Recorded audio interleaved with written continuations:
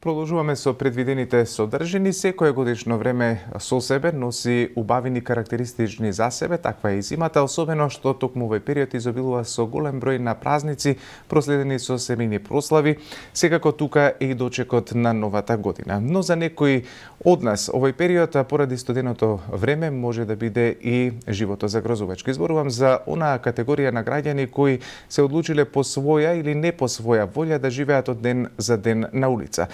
Токму на оваа категорија граѓани во овој период им е најмногу потребна помош. Малку грижа, храна, топла облека, топол оброк во овој период, за да можат полесно да го пребродат овој дел од годината, а и на некој начин барем малку да ја почувствуваат топлината од нечија грижа. Помошта од секаде е добре дојдена, секако тука се и луѓето од Црвениот крст кои несебично се вложуваат барем малку да им помогнат полесно да презимат, а за таа намена веќе е подготвен и пунктот за прием на бездомници на Црвениот крст во Момин поток. За активностите таму во продолжение разговараме со координаторот Драгана Лазаревска. Драгана, добро утро. Добро утро и од мене, поздрав до сите гледачи на утроски брифинг. Неколку дена наназад и во главниот град се регистрираат минусни температури во раните утрински часови. Ноќта на вакви температури надвор може само да предпоставиме дека е многу тешка. До каде се подготовките за престојниот зимски период во пунктот за прием на бездомници? Така, пунктот за бездомници е уникатно место при Црвениот крст во Момин поток, кој е отворена 2008 година и веќе 13 години успешно во континуитет ја дава потребната помош и поддршка на една од најзагрозените категории на лица бездомниците. И целта мисијата на Црвениот крст е нивна успешна реинтеграција и ресоциализација во здравите општествени текови на оваа целна група. Пунктот за бездомници пред Црвениот крст е единствено место од овој тип во градот Скопје, кое на неделна основа услужува вкупно од 150 до 160 бездомни лица во двата дена кога се реализира и стручно советодавна работа, каде што на дневна основа ги добиваат сите оние сервисни услуги бездомните лица во овој пункт. Можам да кажам во пунктот за бездомници дека постои наназад 13 години една палета на сервисни услуги кои ги добиваат бездомниците на дневна основа, а тоа значи дека нечистите валкани алишта може да ги донесат за наперени, да земат нови испрани алишта. Тука следи банење, добивање на топол оброк и топли напитоци, третман против шугава сивошливост, постои и доктор каде што ги дели сите оние потребни медикаменти и се реализира преглед од страна на докторот. Постои социјален работник, психолог, каде што социјалниот работник ја има одговорности за задачата за вадење на целосно потребна лична документација, асистенција исто така до институции од здравствен и социјален карактер, консултативен разговор, како што кажав, и со психолог. Можам да кажам дека во изминатиот месец дена сме почнати со оние сите подготовки кои што се случуваат и секоја година во оној зимски период кога ќе го зафати и градот Скопје, па во таа насака пунктот за бездомници има и еден посебен дел кој што е наречено привремено прифатилиште или оној стационарниот дел кој што е отворен во 2010 година, каде при екстремно ниски температури се отвара за згрижување на едно најзагрозените категории на лица бездомниците. Тоа е дел каде што се состои од машко и женско оделение и каде во едниот и во другиот дел може да се згрижат по 16 бездомни лица, вкупно 32 легла постои во овој стационарен дел.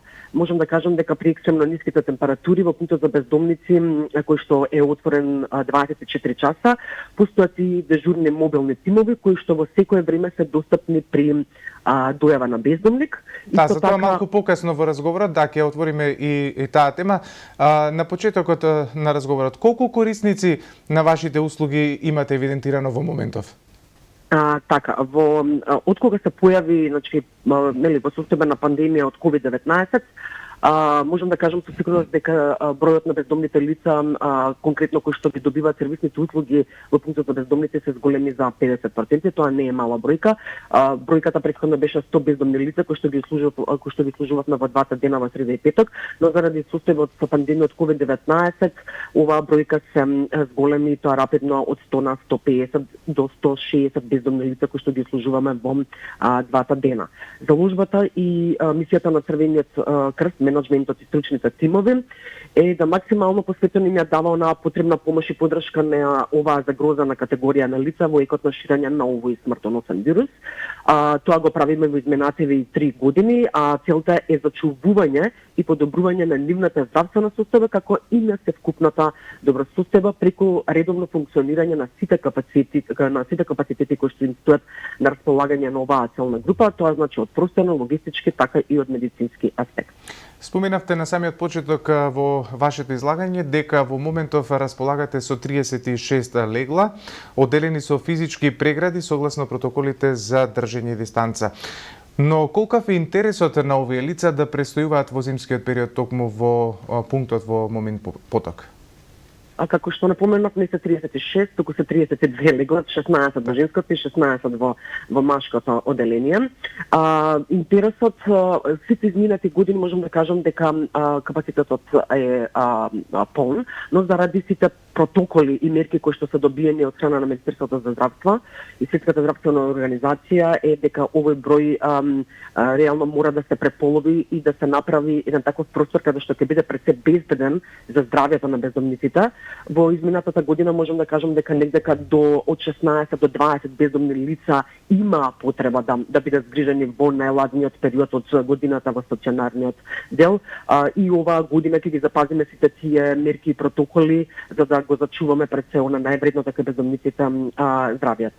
Така да негдека очекувам дека со истата бројка би оперирала од 16 до 20 бездомни лица за сите останати лица кои што ќе изразат интерес да бидат згрижени, доколку е преполн капацитетот во пунктот за бездомници, тогаш и Црвениот крст има и една друга опција, а тоа е со една претходно направена проценка да на одредени бездомници им се платат и кири каде што ќе може да бидат барем во најладните тие 3 до 4 месеци згрижени за да не западнат во состојба на хипотермија и да дојде до некој смртен исход. Како се прави проценката за тоа на кого ќе биде обезбедено легло во овие пунктови? Најчесто се оди првата проценка најчесто се оди по тоа по ризикот на самото бездомно лице.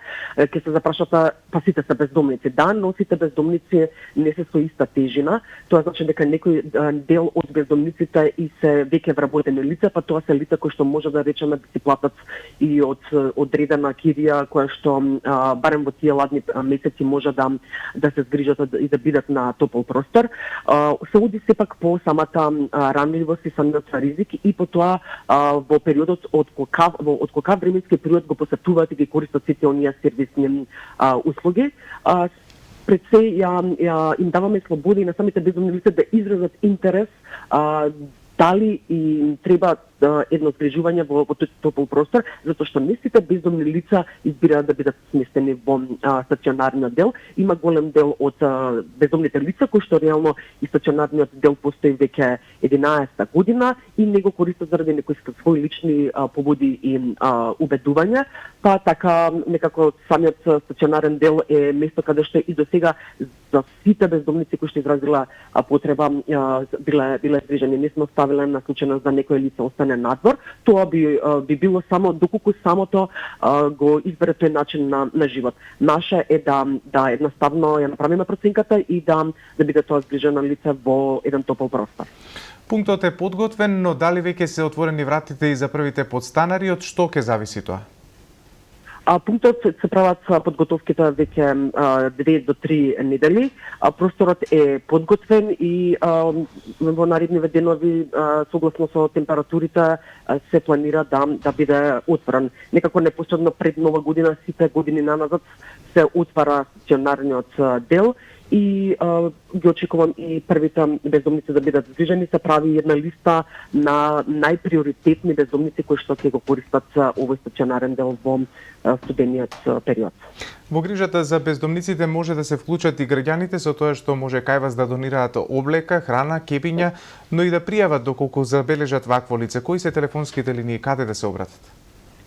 Секако очекуваме и со совесните и хумани граѓани да го направат она најпотребното во студениот бран, а тоа е доколку поминуваат покрај бездомно лице да не биде незабележено, туку да брзо реагираат ургентно и бидат дојадени на следниве телефонски линии, а тоа е на фиксниот телефон на град Скопје 02 339 578 и на мобилната линија 071 733 171, каде што ќе бидат достапни 24 часа овие телефонски линии. Така, и уште една информација во продолжение. На 30 декември годинава ќе се одржи традиционалниот предновогодишен настан. Какви активности планирате токму по тој повод? Како сите години наназад, веќе 13 години постои еден традиционален настан каде што непосредно пред Нова година за ова празнична некако означување на целиот период за празниците ќе биде токму ставен 30 декември каде што ќе се поделат тие новогодишни пакети. Тоа се најчесто пакети каде што се содржат од топла облека и ќе биде поделено на 150 до 160 бездомни лица кои што реално во текот на целата година ги користат сервисните услуги.